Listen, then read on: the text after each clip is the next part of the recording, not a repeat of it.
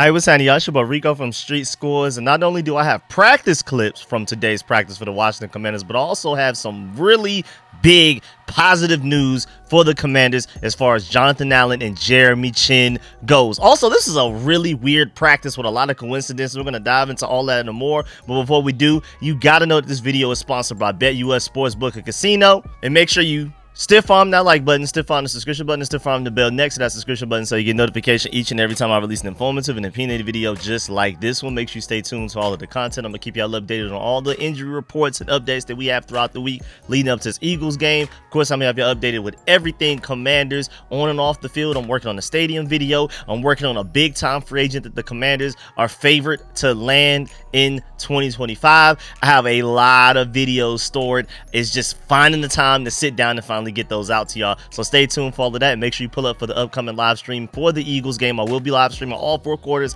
like I always do, and if we win, we'll have the victory call-in show live stream right afterwards as well. But without further ado, let's go ahead and dive into this video, man. Let's get it. Adam.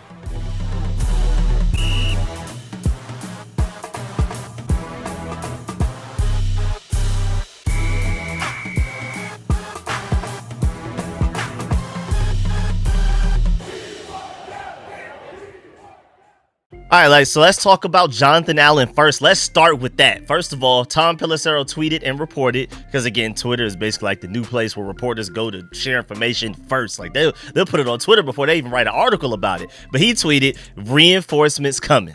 The Commanders are opening a 21-day practice window for standout defensive lineman Jonathan Allen per me and Rap Sheet, aka Ian Rappaport. Allen suffered a significant pectoral injury in week 6, but amazingly is expected to help down the stretch for the Washington Commanders. Remember, he tore his pec against the Baltimore Ravens, and I'm gonna keep reminding y'all that that happened after the refs sold us and called a phantom pass interference penalty on Benjamin St-Juste on that drive. Earlier in that drive, it was 3rd and long. We stopped them. Refs just threw a random flag for no reason. I'm assuming Vegas made the call or something. And even though Benjamin St-Juste has not been good this season, at least that play, he wasn't bad. And the refs still just went ahead and went down. Hey, if an offense doesn't convert a 3rd and 10 on this defense, then it must be because Benjamin St-Juste cheated or something like that. I guess that's the logic. But either way, they threw that flag, and then a few plays later, Jonathan Allen gets hurt. So if they never throw that made-up pass interference call on Benjamin St-Juste, we probably do not lose Jonathan Allen. More than likely don't lose Jonathan Allen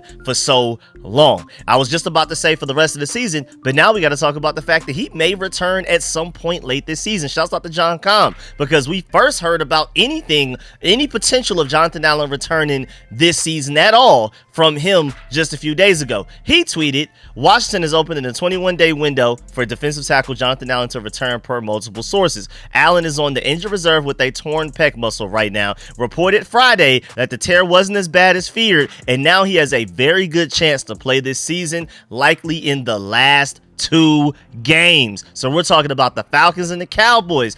Maybe not the Eagles, but the Falcons and the Cowboys likely, according to John Com. I really want to emphasize that, likely. So maybe we can start to already build up hope and our expectations for us preparing to see Jonathan Allen out there versus the Falcons. And ultimately, that's the game that matters the most. I mean, it would be nice to beat the Eagles. I mean, it's technically not impossible. It's a long shot, but it's technically not impossible for us to win this division. But we would have to beat the Eagles, and then we would have to win out, and then the Eagles would have to lose at least another game, even outside of us beating them this upcoming Sunday for that to happen. But so that's why basically the Falcons game is the most important. Whether we beat the Eagles or lose to them, at the end of the day, we have to beat the Falcons. We just literally have to mathematically, playoff wise. So you beat the Falcons, we're good, and to potentially get Jonathan Allen to return for that game is going to be big time. And I don't know about y'all, but these clips from practice that I'm going to show y'all in a few minutes looks like a guy that's going to be playing very soon. I think when John Com says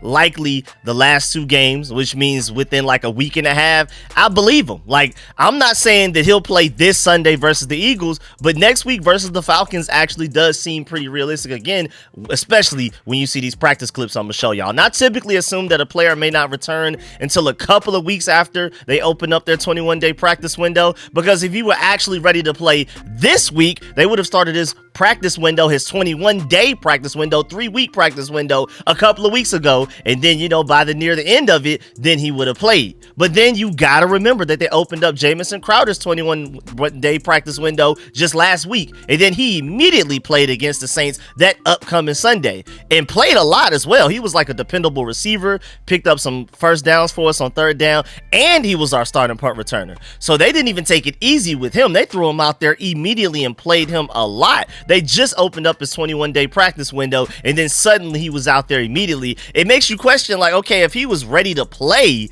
on Sunday on December 15th, why didn't we open his practice window all the way back up in late November? Like, how did he just suddenly have this increase in health and recovery within just the past week when you could have already have had him practicing just since 3 weeks ago? I don't know. It's a weird situation. But my point is, it may be safe to assume that Jonathan Allen will return by, at the very least, by the end of the season. But because Jamison Crowder's injury experience from last week, I mean, there is even a little bit of hope that maybe Jonathan Allen could play as early as this game against the Eagles this Sunday. I personally doubt it, but again, I doubted Jamison Crowder last week, and then he ended up playing. So I don't even know what to think right now. But either way, worst case scenario, we should be seeing Jonathan Allen, I believe, as soon as the Falcons game next Sunday. But nevertheless, it's still amazing that Jonathan Allen can tear a pec muscle and still somehow play in that same exact season, especially since it was week 6.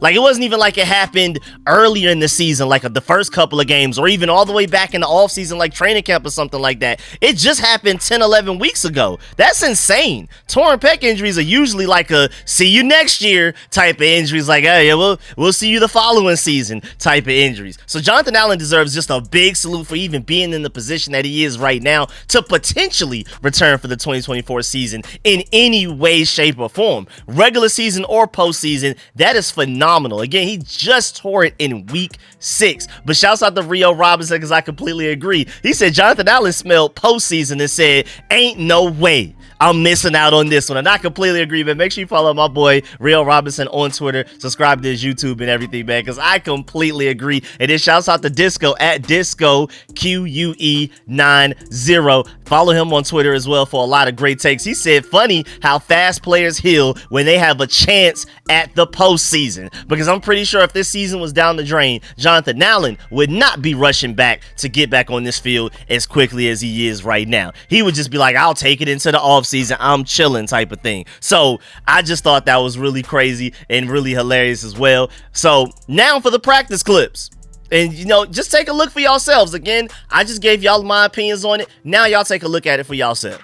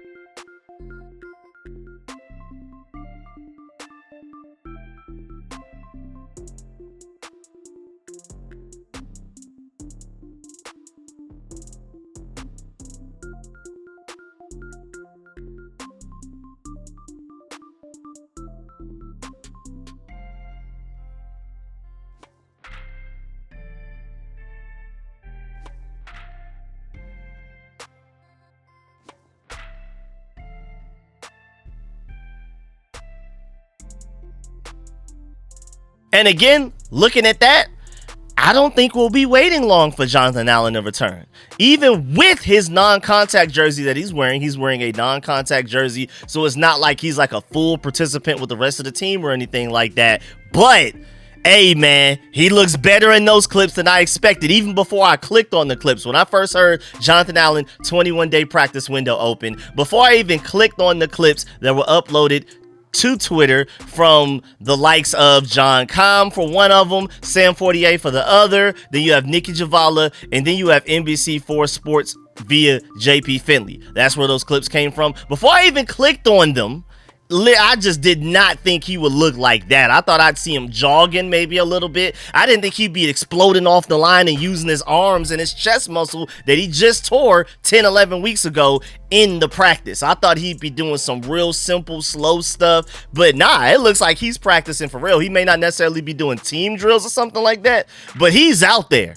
Also, shouts out to Commander's Realm, my boy Eric Sully over there on Twitter. I completely agree. He said Jonathan Allen may not be the force that he once was, but getting that kind of guy back late in the season as a potential rotational piece is nice and an unexpected reinforcement. Worst case scenario. Shouts out to Disco again. He said we need him badly in the middle right now, and I would agree. I know a lot of people are downplaying Jonathan Allen, but I don't think y'all really understand what he brings to this team. Now, like Johnny Newton may be more explosive and probably has a higher ceiling when it comes to like getting penetration into the backfield, rushing the passer and things like that. But like I said, the same night that Jonathan Allen got hurt right after that Ravens game, I told y'all that losing Jonathan Allen would potentially hurt our run defense. Johnny Newton may be more explosive, but Jonathan Allen is for sure right now the better two-gapper and run stopper. And you saw how our run game stopping on defense has suffered since Jonathan Allen's been gone. When I say two-gapping, I mean when a defensive tackle stands up an offensive lineman and they're watching the gap to their right and the gap to their left.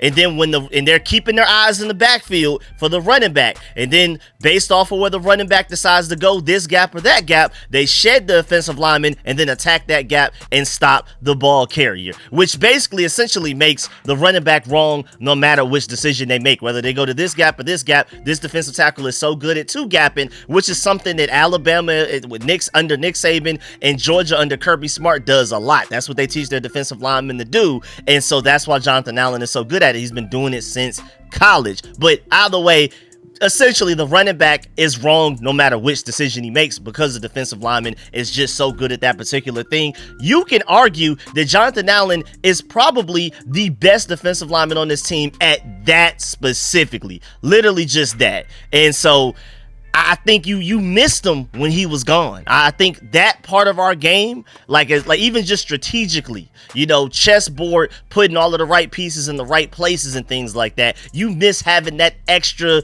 layer to your defensive line and your strategy. Yeah, he may not necessarily be playing at a Pro Bowl level so far this season or even going back into last season, and even including the play that he got hurt because he was getting bullied and blocked into the ground by the offensive lineman that was blocking him. Like, he literally got hurt because he lost his rep. It wasn't like a freak accident where somebody came out of nowhere and hit him or anything like that. He literally got hurt because he lost his battle. But he does still have a great trait that he's arguably the best at out of this entire team, and we've been missing that trait specifically down this stretch, especially in situational football. So don't be surprised if our run defense just suddenly becomes way better when Lattimore is erasing half of the field, which allows us to move one safety from being back, playing two-man. We can start playing cover one a lot more. That safety comes down and plays in the box as an extra defender to stop the run. And then also Jonathan Allen returning from injury. Don't be the least bit surprised when our run defense is just suddenly way better. And then Coach Dan Quinn spoke on the potential return of Jonathan Allen returning from a pec injury. He said, quote, "He's built different for sure," unquote. He had a press conference today and had glowing remarks for Jonathan Allen. He even said post-surgery was when it started to become a possibility that we would be able to get Jonathan Allen back this season.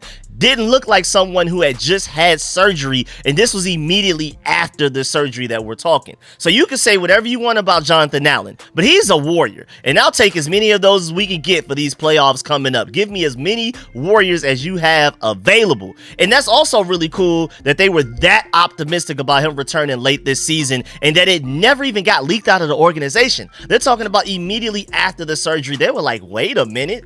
You don't look as bad as we thought you look. Maybe you can come back by late this season or something. We didn't hear about that until late last week through John Common. I'm pretty sure the team gave him the heads up to do that. Under Dan Snyder, we would have had this information months ago. Immediately, somebody would have leaked out there, oh wait, Jonathan Allen actually looks better coming from his injury. Get your hopes up, fans. Maybe he can return late this season. I like the fact that this organization held this down, kept it a secret until it was far more obvious and a higher chance that Jonathan Allen may actually for real return this season, rather than telling us something months ago and then it end up not happening, and then we lose trust in what the organization says. Also, Jonathan Allen spoke to the media after practice today. He had a million cameras, phones, and microphones in his face, and one of the most important quotes he said was, quote, "Whenever you have a chance to play meaningful December football, it's awesome. Can't wait to go back out there and help the guys," unquote, which proves Rio Robinson's point that this guy is coming back because, wait a minute, this team is actually a playoff team. Since I've been drafted here, we haven't been a true playoff team this entire time. The only time we went to the playoffs was a fluky season where we had a losing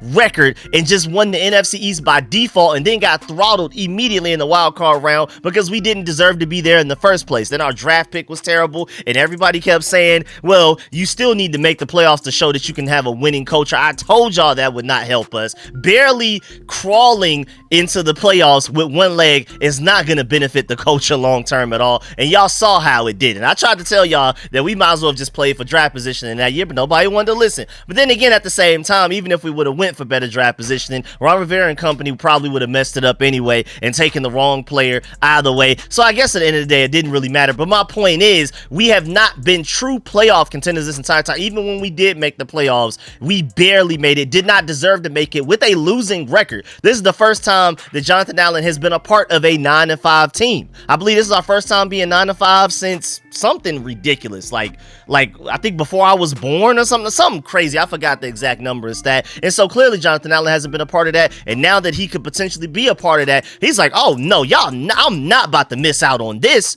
I've been here through all of these struggles, all of this sadness, all of this losing, and then when we finally get right, we get a franchise quarterback, we get competent ownership, leadership from the front office, coaching staff, and everything like that. We have good players all up and down this roster. We have a brotherhood, we have a bond, and then now y'all want me to not be able to play? Nah, I gotta get back now. If there were any season I would get back, it's this one, and I completely respect that, and I agree. I would be on the same type of timing he's on. This is the year I'm gonna rush back from an injury if there ever was one. Now, before we move on to the second half of this video, we're gonna talk about some very positive and surprising Jeremy Chinn news. But before we get there, y'all already know this show is sponsored by and provided by BetUS Sportsbook and Casino. And if you're looking for a new sportsbook, it should be BetUS for sure. First of all, they have the fastest and easiest payouts in the industry, and I know y'all want y'all money fast because I know I do. And right now, BetUS is offering you a 150% sign-up bonus on your first deposit and a 125% sign-up bonus on your next two deposits for up to $2,000 with code YouTube150. That's YOUTUBE150. They also have a fast and easy deposit and withdrawal process, and so it's really like, why not? Now, let's take a look at some bets that we can get into directly through their BetUS website. Hey man, if you're feeling confident about this upcoming Eagles game and you believe that we can beat them at home, remember we were up 10-6 on those guys in the fourth quarter in Philadelphia. Now we have Marshawn Lattimore. You add Marshawn Lattimore to this, and I just refuse to believe that our offense will have the worst game of the season again. That was their worst performance all season. I don't even think it was necessarily close to any other game, how bad that was. I just refuse to believe they'll be that bad again. So if you believe that the Commanders could end up winning that game, the odds are plus 163 right now. So if you were to put down $100 on this bet, you could end up winning $163 if the Commanders end up winning this game and upsetting the Philadelphia Eagles, and that would change everything for the playoff picture. So I really want that win, but also just want the win because Eagles fans are really annoying. Now, Cowboys fans, maybe as an overall fan base, because there's so many of them, they're everywhere. There are so many Cowboys fans that have never even sniffed Texas, never even been close to it, never even flown over it to go anywhere else. That's probably the most annoying part about the Cowboys fan base, how much bandwagon is going on. But the Eagles fan base is like a per individual, per fan, the Eagles fan base might have it.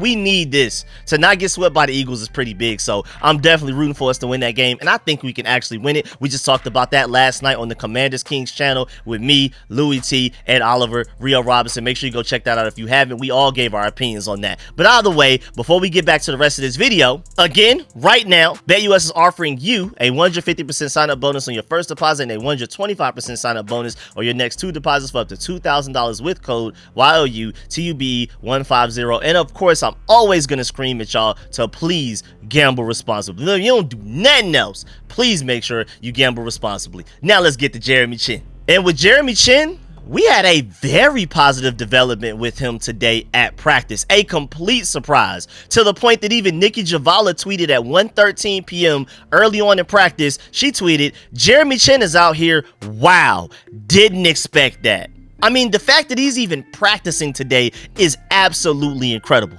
Almost a miracle, because I don't know if he will play against the Eagles, but it definitely seems like there is a chance that he may break the Commanders' concussion pattern that we've had so far this year. Because I don't know how the Giants running back Tyrone Tracy suffered a concussion Monday night and then played against us 6 days later on Sunday, but for the Commanders side of things, every time we've had a player suffer a concussion this season, they've 100% missed the following game. The immediate next game, they're not playing. But now we have Jeremy Chinn at practice on Wednesday after his concussion that he suffered on Sunday, which is already a break in the pattern. That's already different from anything we've seen all season. So now we have to wait until at least Friday to see if he fully breaks the pattern completely and somehow plays the following Sunday immediately after suffering a concussion against the Saints, somehow playing against the Eagles. Let's see if he breaks that pattern. I don't know, but this is incredible that there's even a chance. Literally all throughout the season, if somebody suffered a concussion on Sunday, we already knew they're not playing the next Sunday. Don't even think about it. Don't even ask about it. It's done.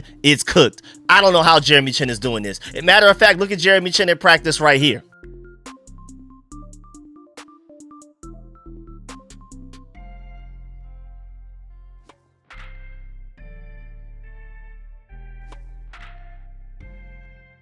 Now, granted, it's just him walking around, but you're trying to notice this is a concussion injury. This is a head issue. This is a brain issue. We're trying to see if he's any type of wobbly or anything like that. It's nothing phenomenal of him running around or anything like that. And I'm pretty sure by the time he started to do those things, the media was not allowed to record practice. But at the very least, he looks normal there. That's the most important part. And I mean, don't underestimate Jeremy Chinn, because him potentially being available for this game against the Eagles would be huge. First of all, the guy that knocked Jeremy Chinn out of the game in Derek Forrest ended up replacing him and not playing very well. So that's already just like a downgrade going from Jeremy Chinn to Derek Forrest anyway. And I like Derek Forrest. I like his talent. I believe he can still end up being a good player, but it just doesn't look like he's going to be that anytime soon. I don't know if it's him. I don't know if Joey Jr. doesn't know how to utilize him or whatever, but he just did not look good in that final 7 minutes after he knocked out Jeremy Chinn and took his spot. But then secondly, also, Jeremy Chinn balled out against the Eagles when we just played them a few weeks ago.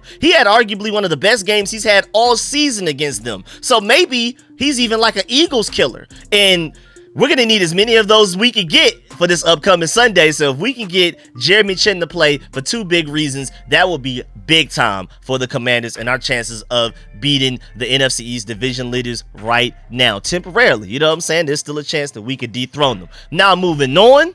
In other news, Tyler Biadasz, our starting center, is at practice. He was out versus the Saints because of an illness. Dan Quinn already told y'all yesterday that Dan Quinn expects him to play Sunday. But just to confirm, Nikki Javala pointed out the fact that he was at practice and everything looked pretty good and normal. And just to let you know, just to rewind a little bit, there were no injury concerns with Tyler Biadasz leading up to the Saints game. You know, by Friday when we had the final injury report, good to go, nothing to worry about, right? Suddenly, Sunday morning, right before the Saints game, suddenly he just came out of nowhere with an illness so bad that he could not even go out there and play. And bless Michael Dieter's heart, man. Bless him, because he did not wake up Sunday morning knowing that he would end up having to play a full game versus that Saints defense with Cameron Jordan and all of those guys. I don't believe he woke up Sunday knowing that, unless Tyler Biadasz showed illness symptoms Saturday, maybe, but I feel like more than likely Michael Dieter woke up Sunday, went to the stadium, and then found out after that, oh, you're going to be starting today versus the Saints for the first time all season. You're going to be starting. And so, you know, bless his heart, he tried his best, but man, we need Tyler Biadasz. To be honest, this may be the biggest news out of all of them that I've given you today. I mean, we probably have a better chance of winning games with Tyler Biadasz than any of the other two guys that we've talked about in this video. Like in a scenario, if we could only choose one of the three to be healthy to play in a must-win game between Jonathan Allen, Jeremy Chinn, and Tyler Biadasz, I would easily choose Tyler Biadasz out of the three, especially after that Saints game just showed us how bad our backup center situation is. And I know Jaden Daniels would for sure pick Tyler Biadasz with how angry he was at Michael Dieter during that game. I don't know if y'all have gone back and looked at the highlights or anything or watched the game in totality, but that boy Jaden Daniels was upset at Michael Dieter. He even took the time to like get in his face and tell him, man, get it together at certain points in that game. And I don't remember him ever having to do that at Tyler Biadasz. And I also don't remember us not being able to run the ball up the middle that bad against any other opponent. And I also don't remember Jaden Daniels having pressure immediately in his face within less than 2 seconds so many times like that in that Saints game compared to the rest of the season. So Tyler Biadasz, we need you back big time, because I mean, clearly he's the glue that's keeping this entire offense running. Now moving on, today at practice we only had one punter, one long snapper, but no kickers. But don't panic. In a really weird circumstance, somehow some crazy coincidence, both kickers were out today, but Dan Snyder said that it's because of exciting family news for both. That is a crazy coincidence. Nikki Javala even asked if it was planned. I mean, of course she was joking, but it's still crazy that our 6th and 7th kickers since March are both potentially having children on the same day. That is the oddest and slimmest chances of all time. Like the chances that we are, first of all, we're on our 7th kicker that had to start for us yesterday in Greg Joseph since March. Our 7th kicker that's been technically like our starting kicker, from Brandon McManus to Ramiz Ahmed, all of those other guys all the way through Kate York, and then Austin Seibert and Zane Gonzalez. Zane Gonzalez and Greg Joseph, 2 kickers that we just signed off the street in the span of like a month, just off the couch. Both of them just happen to be having children in the same day, especially immediately after Greg Joseph looked like a really bad kicker against the Saints. That is insane. And then shouts out to Dan Quinn for even pointing this out. And here's Dan Quinn giving the announcement right here. I like the way that he went about it. Before I go, can I say one thing on that, on the kickers? Both kickers are out today. Hopefully exciting personal news for their families today. Wow. Never a dull moment around here, man. We keep it exciting all the time. So did they plan that? Yeah. We have to come up with a certain name if they are both born today. There's got to be some type of twin that takes place along that. So both DMP kickers are child. out today, and hopefully for exciting personal family news. So we'll keep you updated as we partook the next week. Also, happy birthday, franchise quarterback, elite quarterback, NFC leading Pro Bowl voted quarterback, IE's own, Inland Empire's own, San Bernardino's own, Jaden Daniels. Happy birthday to the kid, man. And then Mike Saverstil even pulled up and delivered Jaden Daniels a birthday cake while singing to him in his press conference right before it started. Birthday to you. I knew you do it so, bro. Happy birthday, QB1. Happy birthday, Miss Ricky in America. Happy birthday, Jaden Daniels. And if you're wondering why that guy in the background was wearing that really crazy outfit, that's our PR guy Charlie, dressed as a snowman, because he's basically paying his bet to Jaden Daniels for the Dodgers beating the Mets. You know, Jaden Daniels is from Southern California. He's a Dodgers fan, of course, and I'm assuming Charlie is a Mets fan. The Dodgers beat the Mets, so that's why he had that ridiculous outfit on. And then I just also love the fact that this team is having this much fun. Like, this looks more like a brotherhood than a job right now, and I love that. I mean, winning comes first, and it's the most important, but you gotta love the guys that you're around all of the time, day in, day out, all day, every day. And you know that building that type of culture and that fun, that bond is what helps you sustain the winning. You got to win first, but that culture and that bond is how you keep winning long term, and why everybody pulls up to work excited about playing football. Like, yes, I can't wait to get back to that practice facility. But you know, my dogs is up there, you know, the people I really rock with, the people I love and stuff like that. Also, Jaden Daniels in his press conference said a lot of interesting things, but for the people who have constantly kept voting for him to win Pepsi Rookie of the Week. Daniel Jones was asked about that, and he said that he appreciates the love from, quote, the best fans in America, unquote. So he knows it. He salutes everybody. He's really happy that he keeps winning those offensive Rookie of the Weeks. And then also, before we get up out of here, a couple of extra notes. JP Finley asked Dan Quinn if he's heard from the league about the BS clock stoppage in New Orleans. He said no. And remember, immediately after the game in his press conference in the locker room after the game where we beat the Saints in New Orleans, he said, I'm going to take the high road on that. So he's clearly upset about it. He's trying to not to get fined or to get on the league's bad side, I guess, or whatever. But pretty much he's saying a lot by not saying anything at all, that was complete BS. Also, Commanders running back Brian Robinson had his press conference, or he spoke to 1067 The Fan or something. He said, quote, we feel like we're the better team, unquote. And I love that mentality.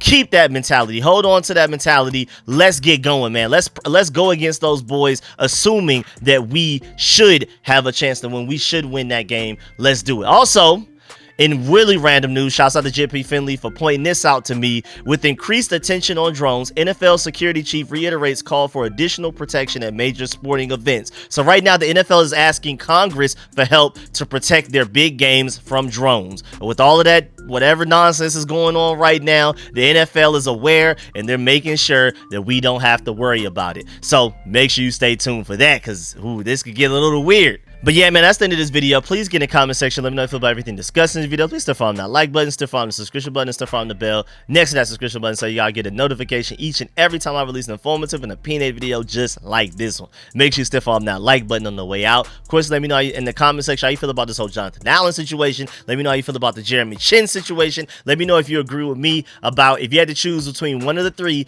Jonathan Allen, Jeremy Chinn, or Tyler Biadasz playing against the Eagles, who would you pick? Do you agree with me picking Tyler Biadasz, or would you prefer one of the other two more than Tyler Biadasz? Let me know that and why. Let me know how you feel about everything discussed in this video, and like how the bond of this team, how great it is to see like a burgundy and gold team locker room culture looking so fun, great, and just loving towards each other and just having fun. I mean, even like the clip of Jaden Daniels making fun of Bobby Wagner and saying he can't read and stuff, like just craziness. I love this team, man. I really do. So make sure you stay tuned. I'm gonna try my best to read and reply to as many comments as possible. Make sure you leave a like on the way out. And of course, before we go, remember that this video was sponsored by BetUS Sportsbook and Casino. And please make sure, if you don't do nothing else, make sure you gamble responsibly, man. Please do that one. I'm gonna catch y'all later. Appreciate y'all. I'm out.